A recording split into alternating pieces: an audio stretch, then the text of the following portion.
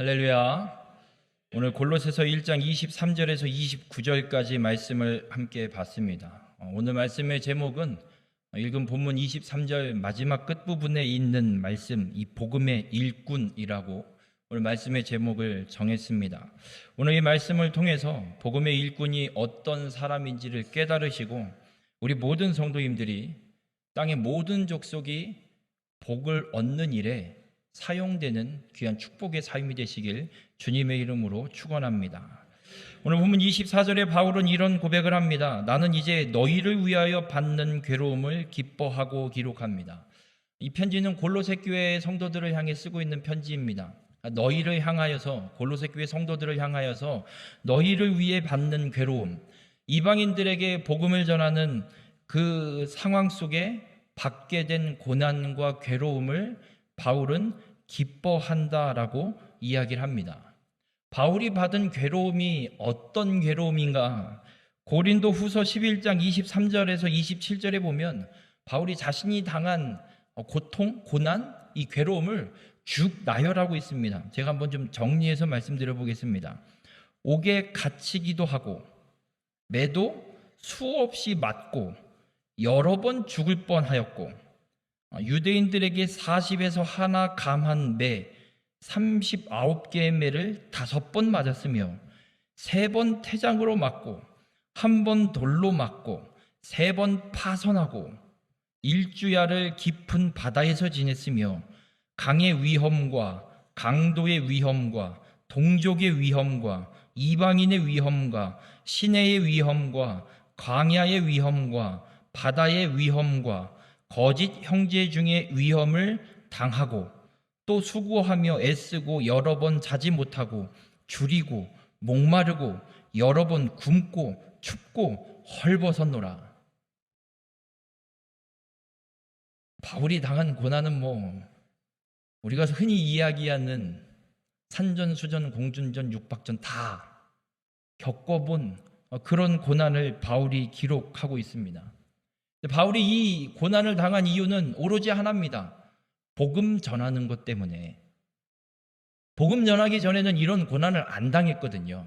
오히려 예수 믿는 사람들을 핍박하고 잡아 죽이고 고난을 줬으면 줬지 바울이 고난을 받지 않았습니다. 이 엄청난 고난을 받는 이유는 복음을 전하는 것 때문에 바울이 고난을 받는데, 이 고난, 이 괴로움을 받는 것이 바울에겐 기뻐한다, 기쁨이다라고 고백하고 있습니다. 여쭤보겠습니다. 여러분 같으면 이것만 한번 얘기해 볼게요. 40에서 하나 감한 매를 5번 맞으면 기뻐하실 수 있겠습니까?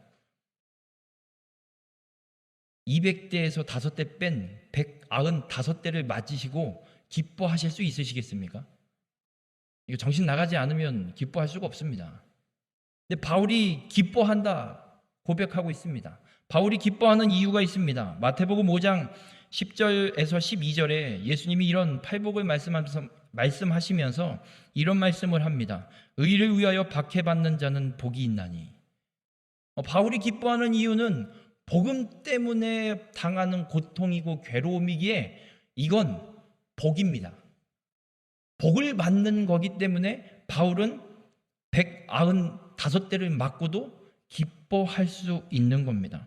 또 천국이 그들의 것임이라. 나로 말미암아 너희를 욕하고 박해하고 거짓으로 너희를 거슬러 모든 악한 말을 할 때에는 너희에게 복이 있나니 기뻐하고 즐거워하라. 하늘에서 너희의 상이 큼이라. 바울은 분명하게 믿고 알고 확신하고 있습니다. 내가 지금 당하는 이 고난은 다 복이다. 복으로 끝나는 것이 아니라 내가 이 복을 받은 자로 천국은 내 것이다. 나는 천국 간다라는 분명한 확신이 있고, 주님이 말씀하기에 복이 있는 나에게는 이 괴로움이 견디고 고통이 아니라 하나님이 주시는 복이기에 기뻐하고 즐거워하라는 이 주님의 말씀 때문에 나는 이 괴로움을, 이 고난을 기뻐하노라 고백하고 있습니다. 여러분, 바울은 복음에 대해서 분명히 알고 있습니다. 이 복음이 어떠한 것인지, 그리고 자기에게 어떠한 복을 주는지, 그리고 이 복음을 전하는 일을 감당함으로 인해서 받는 고통보다 그 괴로움보다 하나님께서 그로 인해 주시는 복이 얼마나 큰 복인지, 무엇과도 비교할 수 없는 이 세상의 최고의 복인 것을 바울은 분명하게 알고 있습니다. 그러면서 바울이 오늘 24절에 또 이런 고백을 합니다. 그리스도의 남은 고난을 그의 몸된 교회를 위하여 내 육체에 채우노라. 여러분, 예수님이 받아야 될 고난이 남아있어서 이런 이야기를 하는 게 아닙니다. 예수님은 고난을 다 받아내셨습니다. 십자가에서 당하시는 그 모든 고난의 모든 일들을 예수님은 다 감당해내셨습니다. 더 이상 예수님이 받아야 될, 그리스도가 받아야 될 고난이 남아있는 것이 아닙니다. 그걸 이야기하는 것이 아니라 마태복음 10장 22절에 예수님이 이런 말씀을 합니다. 너희가 내 이름으로 말미암아 모든 사람에게 미움을 받을 것이나 끝까지 견디는 자는 구원을 얻으리라. 바울은 이 이야기를 하고 있습니다. 예수님의 이름으로 인해서 모든 사람에게 미움을 받을 것이다 라고 말씀합니다. 복음을 전하는 일에 있어서 고난을 받는 것, 예수님이 말씀하신 이 말씀대로 당연히 받아야 되는 것을 바울은 알고 있습니다. 그리고 이것이 그리스도의 몸인 교회를 위한, 복음을 증거해서 교회를 세워가고 교회를 확장하고 그리스도를 머리로 하는 그리스도의 몸인 교회를 위한 괴로움이기 때문에 그리스도의 남은 고난이라고 말하면서 이 복음을 전하는 데 오는 고난에 대해서 바울은 기쁨으로 받겠다라고 고백하고 있습니다. 우리 모든 성도님들, 복음의 일꾼은 복음 때문에 받는 괴로움을 기뻐하는 자가 복음의 일꾼입니다. 복음을 위해, 그리스도를 위해, 그리스도의 몸인 교회를 위해 무엇인가를 할 때 괴로워하지 마십시오. 원망과 불평으로 하지 마십시오. 견디면서 하지 마십시오. 기쁨으로 행하시길 바랍니다. 복음의 일꾼은 복음 때문에 받는 괴로움을 고통으로 여기는 것이 아니라, 고통으로 견뎌내는 것이 아니라 기쁨으로 그 모든 일들을 감당하는 것입니다. 이유는 하나입니다. 복음의 가치를 분명하게 알고 있기 때문에 그렇습니다. 바울이 복음의 가치를 알고 있기에 그 수없는 고통과 고난과 괴로움을 당했음에도 불구하고 그 괴로움으로 인해 기뻐하노라 고백하고 있는 것처럼 우리 모든 성도님들의 삶 또한 바울처럼 복음의 가치를 분명하게 알고 복음의 일꾼이 되어 땅끝까지 복음을 전할 때 받는 괴로움과 고난을 기뻐할 수 있는 귀한 축복의 삶이 되길 주님의 이름으로 축원합니다. 그러면서 25절에 또 바울은 이런 이야기를 합니다. 내가 교회의 일꾼 된 것은, 이 교회의 일꾼은 복음의 일꾼과 같은 말이라고 생각하시면 됩니다. 하나님이 너희를 위하여 내게 주신 직분을 따라 하나님의 말씀을 이루려 함이니라. 바울이 교회의 일꾼이 된 것, 복음의 일꾼이 된 건 하나님께서 이방인들을 위해, 골로새 교회 성도들을 위해, 이방인을 위해 하나님이 바울에게 주신 직분을 따라 하나님의 말씀을 이루기 위해 바울에게 하나님이 교회의 일꾼으로 삼으셨다라고, 일꾼이 되게 하셨다라고 이야기를 합니다. 여러분, 바울은 복음을 전하고 싶은 사람이 아니었습니다. 복음을 믿는 자를 잡아 죽이던 사람입니다. 역시나 복음을 믿는 그리스도인을 잡으러 다메섹에 가다가 강권적인 하나님의 역사로 부활하신 예수님을 만납니다. 그리고 나서 복음을 전하는 이방인의 사도로 하나님이 바꿔 사용하시는 걸 보게 됩니다. 바울은 자신이 원해서 사도가 되고 복음을 전하는 일꾼이 아닙니다. 하나님이 시킨 겁니다. 하나님이 세우신 겁니다. 이 하나님께서 자신을 복음의 일꾼, 교회의 일꾼으로 세운 것에 대해서 이렇게 이야기합니다. 하나님이 내게 주신 직분을 따라. 이 직분이라는 단어가 갖고 있는 뜻은 이런 뜻이 있습니다. 이 직분이라는 헬라어 단어는 집이라는 명사와 처리하다라는 동사, 이 두 단어가 합쳐져서 만들어진 단어입니다. 그래서 집을 돌보는 직책 혹은 집안을 돌보고 관리하는 행위를 직분이라는 이 단어로 번역해 놓고 있습니다. 바울이 교회 일꾼이 된 건 자신이 원하서가 아니라 하나님께서 계획하신 하나님의 뜻 가운데 이루어진 것임을 분명하게 바울은 이야기합니다. 우리 모든 성도님들, 우리가 예수 그리스도를 믿는 건 하나님의 섭리하심 가운데, 하나님의 통치하심 가운데 우리가 예수 그리스도를 믿어 구원받으신 줄 믿으시길 바랍니다. 에이, 내가 믿었잖아요. 내가 믿는다고 결단했으니까 구원받은 거죠. 아닙니다. 착각하지 마십시오. 하나님이 은혜를 베풀어 주셨기에 믿을 수 있는 거지, 내가 믿겠다고 해서 믿어진 것이 아니라 하나님이 은혜를 베풀어 주셨기에 이 복음이 내게 들려질 때 믿겠노라 결단할 수 있는 은혜가 주어진 줄 잊지 마시길 바랍니다. 그렇게 바울이 복음의 일꾼이 된 것은 하나님께서 섭리하시고 하나님의 통치 가운데 이루어진 일입니다. 그리고 하나님의 이 섭리하심에 따라 복음의 일꾼이 되어서 행하는 일은, 바울이 복음의 일꾼이 되어서 그 사명을 감당하는 것은 하나님의 말씀을 그대로 다 이루기 위해서. 사도행전 9장 15절에 이런 말씀이 있습니다. 주께서 이르시되 가라. 아나니아에게 하나님이 하시는 말씀이에요. 이 사람 사울이 직가라는 곳에 가서 앞도 못 보고 3일 동안 금식하면서 기도하고 있는 그 사람에게 가라고 말씀하시면서, 이 사람은 내 이름을 이방인과 임금들과 이스라엘 자손들에게 전하기 위하여 택한 나의 그릇이다. 하나님이 말씀하셨습니다. 바울은 하나님께서 이방인에게 복음을 전하기 위해 택한 그릇이라 말씀하십니다. 바울이 복음의 일꾼이 된 이유는, 그 복음의 일꾼이 되어서 행하는, 그 복음을 전하는 일을 행하는 이유는 하나님의 이 말씀을 이루기 위해서입니다.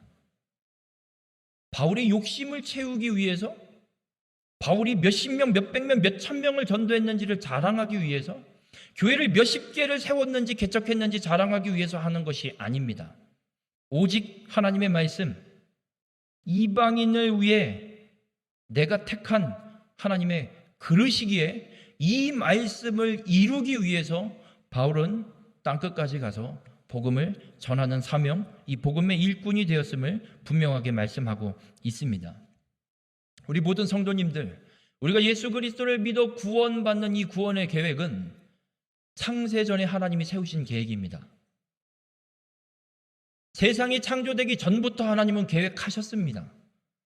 세상을 창조하고 인간을 만들어 놓으면 이것들이 죄질 게 뻔한데, 성자 하나님이 이야기합니다. 제가 가서 처리할게요. 죽어야 되면 제가 가서 죽지요. 하나님께서 계획하신 대로 창조하시지요. 이미 창세전에 모든 계획을 다, 구원의 계획을 세워 놓으시고 하나님께서 창조를 이루어 내셨습니다. 그리고 그 구원의 계획을 하나님은 신실하게 하나하나 차곡차곡 이루어 가십니다. 그 하나님의 구원의 계획을 구체적으로 어떻게 이루실지에 대해서는 아브라함에게 처음 말씀합니다. 그 이전에는 구체적으로 말씀하시지 않습니다. 그냥 가죽옷을 지어 입히거나 그냥 그렇게만 하시지, 내가 너로 하여금 어떻게 해서 어떻게 하겠다라는 말씀을 그 앞에선 하시지 않습니다. 아브라함에게 하나님이 구원의 계획을 구체적으로 말씀하시는 것이 창세기 12장 1절에서 3절에 기록하고 있습니다. 크게 세 가지만 이야기하면, 내가 내게 보여줄 땅으로 가라. 하나님이 땅을 주시겠다 약속합니다. 하나님의 나라를 완성시킬, 하나님의 나라를 회복시킬 공간을 말씀하고 있습니다. 그리고 내가 너로 큰 민족을 이루겠다. 아브라함의 자손으로 큰 민족을 이루어서 메시아를, 구원자를 이 땅에 보내실 것을 약속합니다. 메시아를 보내는 걸로 끝나는 것이 아니라 예수 그리스도를 믿어 구원받는 하나님의 백성이 큰 민족을 이룰 정도의, 이 땅의 모든 사람들이 예수를 믿을 만큼, 그래서 구원받기를 원하시는 하나님의 마음을 이 큰 민족을 통해서 또한 말씀하고 있습니다. 여러분이 이 땅을 주시겠다, 그리고 너로 하여금 큰 민족을 이루겠다 하는 것은 다 이루셨습니다. 이스라엘 구약의 역사 속에서 하나님이 다 완성해 내셨습니다. 마지막 세 번째 약속이 땅의 모든 족속이 너로 말미암아 복을 얻을 것이라 약속하십니다. 아브라함의 후손으로 다윗의 자손으로 메시아를 이 땅에 보내심으로 땅의 모든 족속이 복을 얻는 통로를 하나님이 완성하시고 성취해 놓으셨습니다. 여기까지는 하나님이 다 이루어 놓으셨습니다. 남아있는 것, 땅의 모든 족속이 복을 얻는 것, 이건 아직 남아있습니다. 아직 성취되지 않았습니다. 지금 지구상의 인구가 79억 명 추정한답니다. 70억 명에서 9억 명이 늘었답니다. 79억 명 중에 복음을 단 한 번도 듣지 못한, 우리나라에 있으면서 복음을 듣지 못한 이런 사람 말고요, 그냥 아예 민족 자체가, 나라 자체가, 그 지역 자체가 복음을 듣지 못한 인구가 25억 명 정도 된답니다. 안 놀라십니까? 25억 명, 숫자도 아닙니까? 이제 너무 많은가요? 여러분, 아직도 25억 명이 복음조차 구경도 못하고 있습니다. 그 하나님의 약속, 땅의 모든 족속이 너로 말미암아 복을 얻으리라, 이 약속이 아직 남아 있습니다. 하나님이 이 약속을 성취하시길 원하십니다. 하나님이 우리를 복음의 일꾼으로 부르시는 이유가 여기에 있습니다. 하나님의 말씀을 이루기 위해서, 하나님의 이 구원의 계획을 완성시키기 위해서 하나님은 우리를 복음의 일꾼으로 부르고 계심을 믿으시길 바랍니다. 25억 명을 내가 어떻게 찾아가요? 찾아가고 있습니다. 수많은 사람들이 찾아가고 있습니다. 짧게는 2주, 1주, 길게는 몇 년, 몇십 년, 많은 선교사님들이, 또 단기 선교팀들이 그 복음을 전하기 위해서 끊임없이 찾아가고 있습니다. 우리가 할 수 있다면 그 일을 돕는 것입니다. 네, 70 넘으셨는데 어떻게 가시겠습니까? 우리 청년 하나가 단기 선교팀에 함께 소속이 돼서 남아프리카 공화국을 간답니다. 가는 데만 24시간이 넘게 걸립니다. 제가 이랬습니다. 야, 정신 나갔구나. 거기가 어디라고 가냐? 제 선배 한 분이 거기서 한 5년 정도 선교사 사역을 하다가 들어오신 선배분이 계신데, 남아프리카 공화국은요, 완전 극단주의입니다. 완전 백인과 유색인종이 사는 동네 자체가 다르고요, 너무 심각한 그런 인종차별도 있고 엄청나게 쉬운 나라가 아닙니다. 거기를 간답니다. 비행기만 한 28시간 타니? 거의 그 정도 탑니다. 다이렉트로 가는 것도 아니고 경유를 해서. 쉬운 길이 아닙니다. 그럼 우리가 복음의 땅의 모든 족속이 복을 얻도록, 복음을 듣도록 우리가 할 수 있는 일은 이런 선교사를, 복음을 전하는 자를 끊임없이 보내는 일을 하면 됩니다.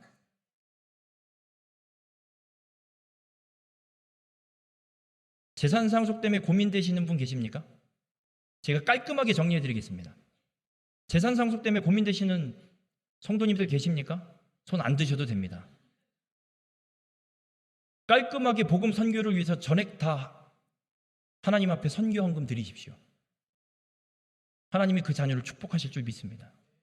그 자녀 또한 복음을 전하는 일을 위해 사용하실 줄 믿습니다. 뭘 얼마를 누구한테 나눠주고 줘보십시오. 돌아가시고 나서 형제들끼리 피 터지게 소송하고 싸웁니다. 그럴 바엔 하나님의 약속을, 말씀을 이루는 일에 드리십시오. 그보다 더 복된 일이 어디 있겠습니까? 복음의 일꾼은 그렇습니다. 하나님의 섭리에 따라서 하나님의 말씀을 이루는 자, 땅의 모든 족속이 복을 얻도록 땅끝까지 이르러 복음을 증거하는 자가 복음의 일꾼입니다. 바라기는 우리 모든 횡성교회 성도님들의 삶이 하나님의 말씀을 따라서 땅의 모든 족속이 복을 얻는 데 사용되는 복음의 일꾼이 되시길 주님의 이름으로 축원합니다. 그러면서 28절에 바울은 또 이런 말씀, 26절에 이런 말씀을 합니다. 이 비밀은 만세와 만대로부터 감추어졌던 것인데 이제는 그의 성도들에게 나타났고 기록합니다. 여러분, 하나님께서 구원 계획하신 이 구원의 계획을, 이 만세와 만대는 구약 시대를 의미합니다. 구약 시대에는 하나님이 이 구원의 계획을 모든 사람에게 이야기하지 않습니다. 하나님이 불러 사용하시는 몇 사람에게만 어렴풋이 이야기하십니다. 구체적으로도 이야기 안 하십니다. 그런데 이제는 예수 그리스도께서 이 땅에 오셔서 십자가의 구속의 사건을 다 이루어내신 뒤에는 예수 그리스도를 믿는 모든 성도들에게 이 구원의 비밀, 이 복음의 비밀이 모든 성도들에게 다 나타났습니다. 여러분, 어떻게 하면 구원받는지 모르십니까? 구원받으려면 제일 먼저 우리가 무엇을 해야 될까요? 너무 어려운 걸 여쭤봤습니까? 구원받으려면 예수 그리스도를 믿어야 됩니다. 우리 모두는 다 알고 있습니다. 구원받는, 우리를 구원시키는 복음의 역사를 우리는 성경을 통해서 어떻게 이루어졌는지 다 알고 있습니다. 그런 우리를 통해서 하나님이 이루시길 원하는 뜻이 있습니다. 27절에 이렇게 말씀합니다. 하나님이 그들로 하여금 복음의 비밀, 구원의 비밀을 나타나서 알게 된 성도들로 하여금 이 비밀의 영광이 이방인 가운데 얼마나 풍성한지를 알게 하려 하심이라. 이 비밀은 너희 안에 계신 그리스도시니 곧 영광의 소망이니라.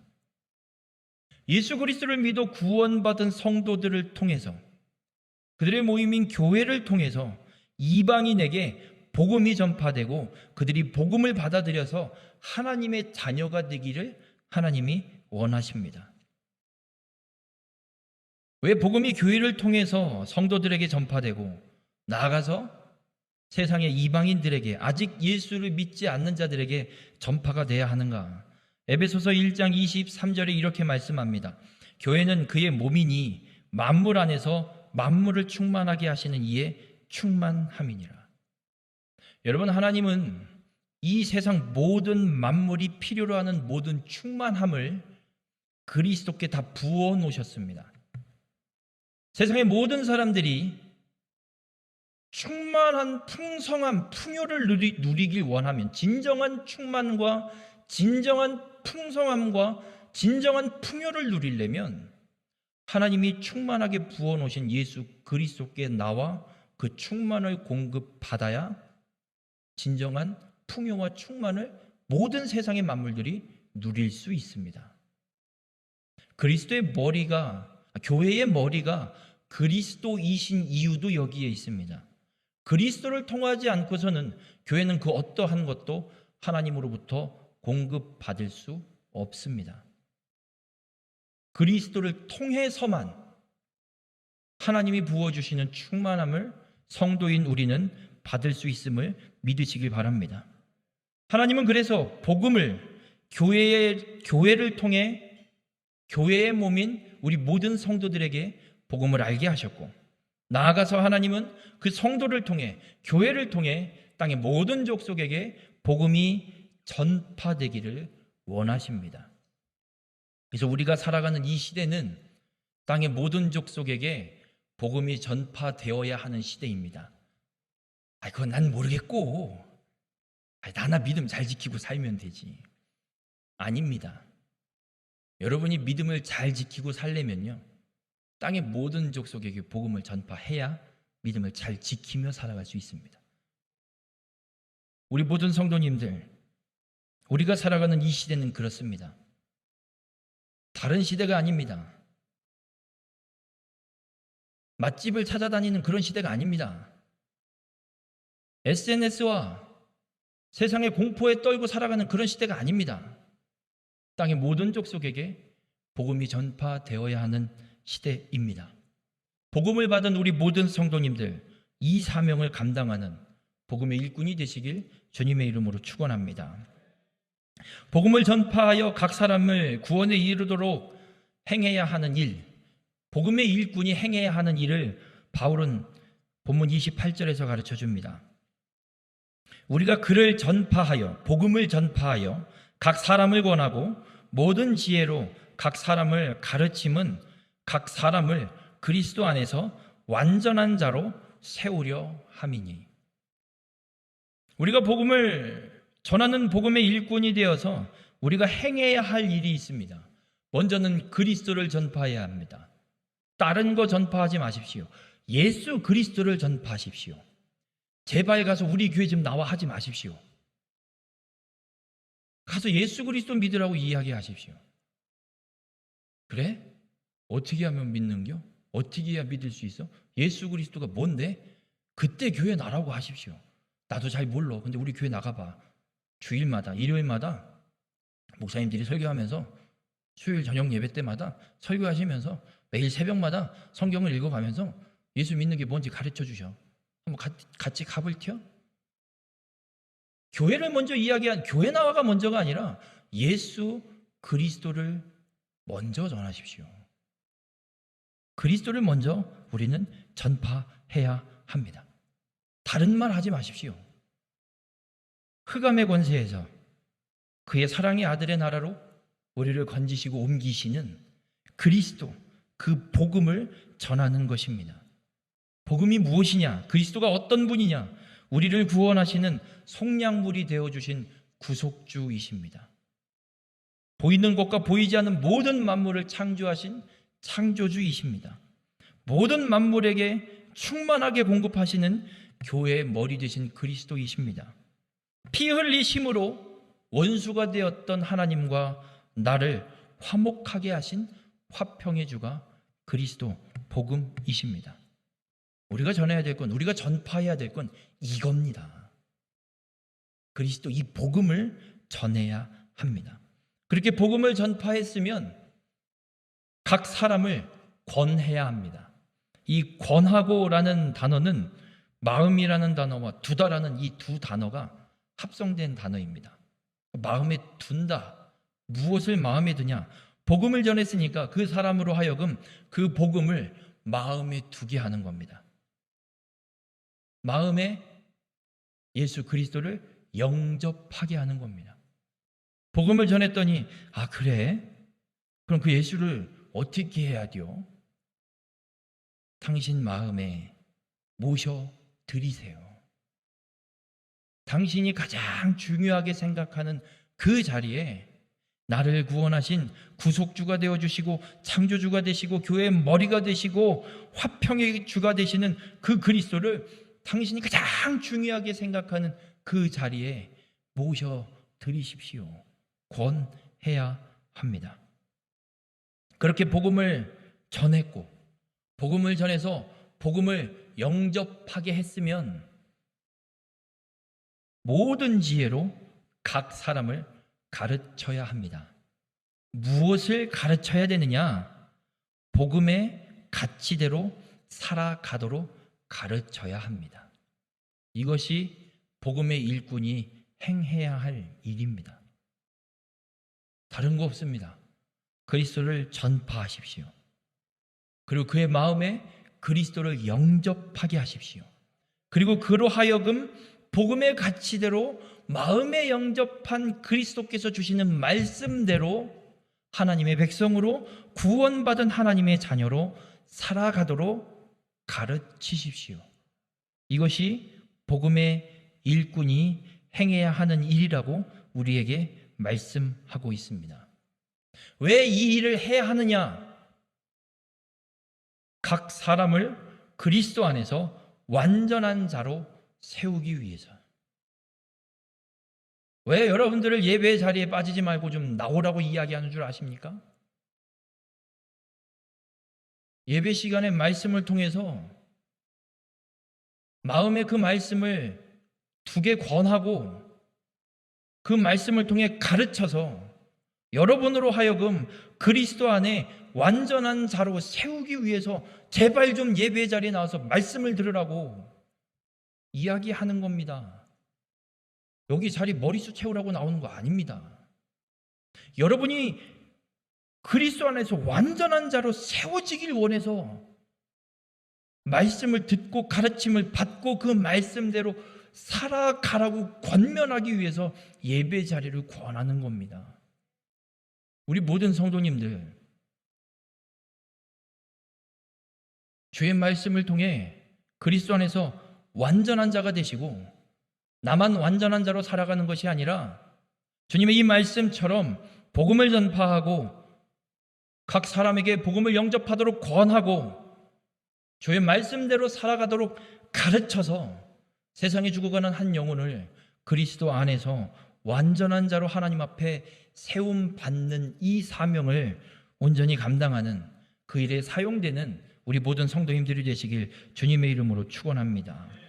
그렇게 복음을 전파하고 영접하고 복음으로 살아가도록 가르치는 일을 위해서 바울은 그 일을 자신의 힘과 능력으로 행한다고 말하지 않습니다. 29절에 이렇게 말씀합니다. 이를 위하여 복음을 전파하고 권하고 가르쳐서 각 사람을 그리스도 안에 완전하게 세워지는 이 일을 위하여 나도 내 속에서 능력으로 역사하시는 이의 역사를 따라 힘을 다하여 수고한다 이야기합니다. 바울은 자신의 힘으로 이 일을 행하지 않습니다. 내 속에서 능력으로 역사하시는 이 예수 그리스도께서 보내신다고 약속하신 또 다른 보혜사 성령 하나님, 성령 하나님께서 바울 속에서 능력으로 역사하시는 그 역사를 따라서 자신이 할 수 있는 힘을 다해 복음을 전파하는 복음의 일꾼으로서 행해야 하는 일을 힘을 다해 수고하노라 말하고 있습니다. 우리 모든 성도님들, 복음의 일꾼으로 사명을 감당하는 것, 성령의 역사하심을 따라 행하지 않으면 감당할 수가 없습니다. 여러분이 교회에서 봉사하는 일, 사람의 힘으로 하면 모르긴 몰라도 한 달 뒤면 지쳐 쓰러집니다. 주일 예배 때마다 1, 2부 예배 때마다 밖에서 주차 안내하시는 분들이 몇 분 계십니다. 여러분 같으면 이 더위에 나가서 하실 수 있겠습니까? 연일 안전 문자가 오지요. 폭염 경보, 야외 활동 자제. 그런데도 나가서 봉사하십니다. 주차 안내하십니다. 그걸 사람의 힘으로 한다고 해보십시오. 하루하고 집어 던집니다. 미쳤지. 월급 받는 것도 아닌데 이 뭐하는 짓인가. 이 삼복도 35도, 30도가 넘는 이 더위에 내가 지금 뭐하는 짓인가. 이런 생각밖에 들지 않습니다. 여러분, 복음의 일꾼의 이 사명은 성령의 역사를 따라 행해야만 감당할 수 있습니다. 우리 모든 성도님들, 내 힘으로 행하지 마십시오. 내 힘으로 하면 지쳐 쓰러져 넘어집니다. 그리고 복음을, 교회를 떠나버릴 수도 있습니다. 바울은 이야기합니다. 성령의 역사를 따라, 성령의 역사하심을 따라 내가 할 수 있는 힘을 다해 복음을 전파하는 일에 수고하노라 고백하고 있습니다. 우리 모든 성도님들, 성령께서 가르쳐 주시는 방법으로 성령의 음성을 듣고 성령께서 생각나게 하시는 방법대로 힘을 다해 수고하여 복음의 일꾼으로서의 사명을 온전히 감당하는 귀한 축복의 삶을 살아가시길 주님의 이름으로 축원합니다. 여러분, 성령의 역사를 따라서 힘을 다하고 수고하십시오. 그것이 복음의 일꾼입니다. 내 힘으로 수고하는 것, 그건 복음의 일꾼이 아닙니다.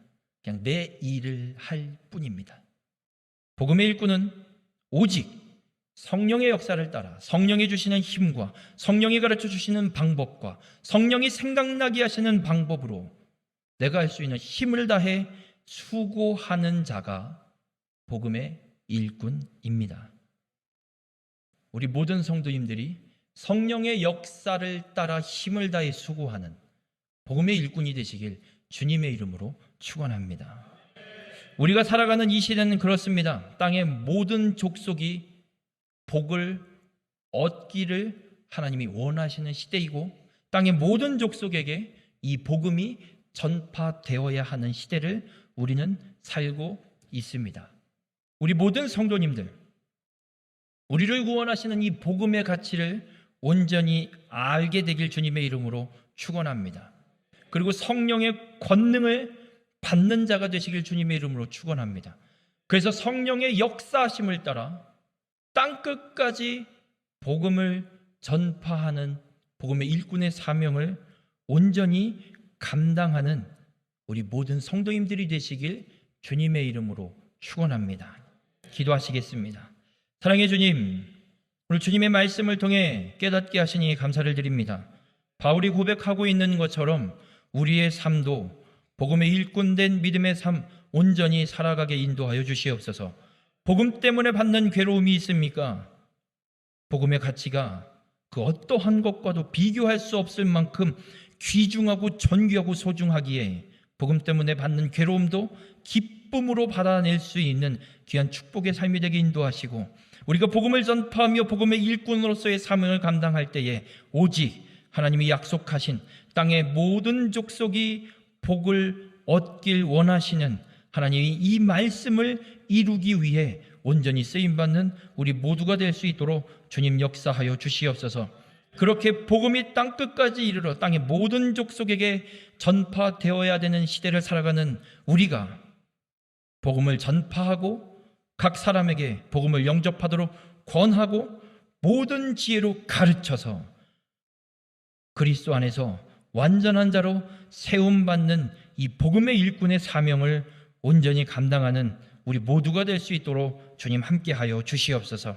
이 일을 감당하는 길 내 힘으로는 할 수 없습니다. 내주하시는 성령의 역사하심을 따라 주님이 주시는 방법과 힘과 능력으로 우리의 힘을 다해 수고하여 복음의 일꾼을, 이 사명을 온전히 감당하는 우리 모두가 될 수 있도록 주님 함께하여 주시옵소서. 이 모든 말씀 예수님의 이름으로 기도드렸습니다. 아멘.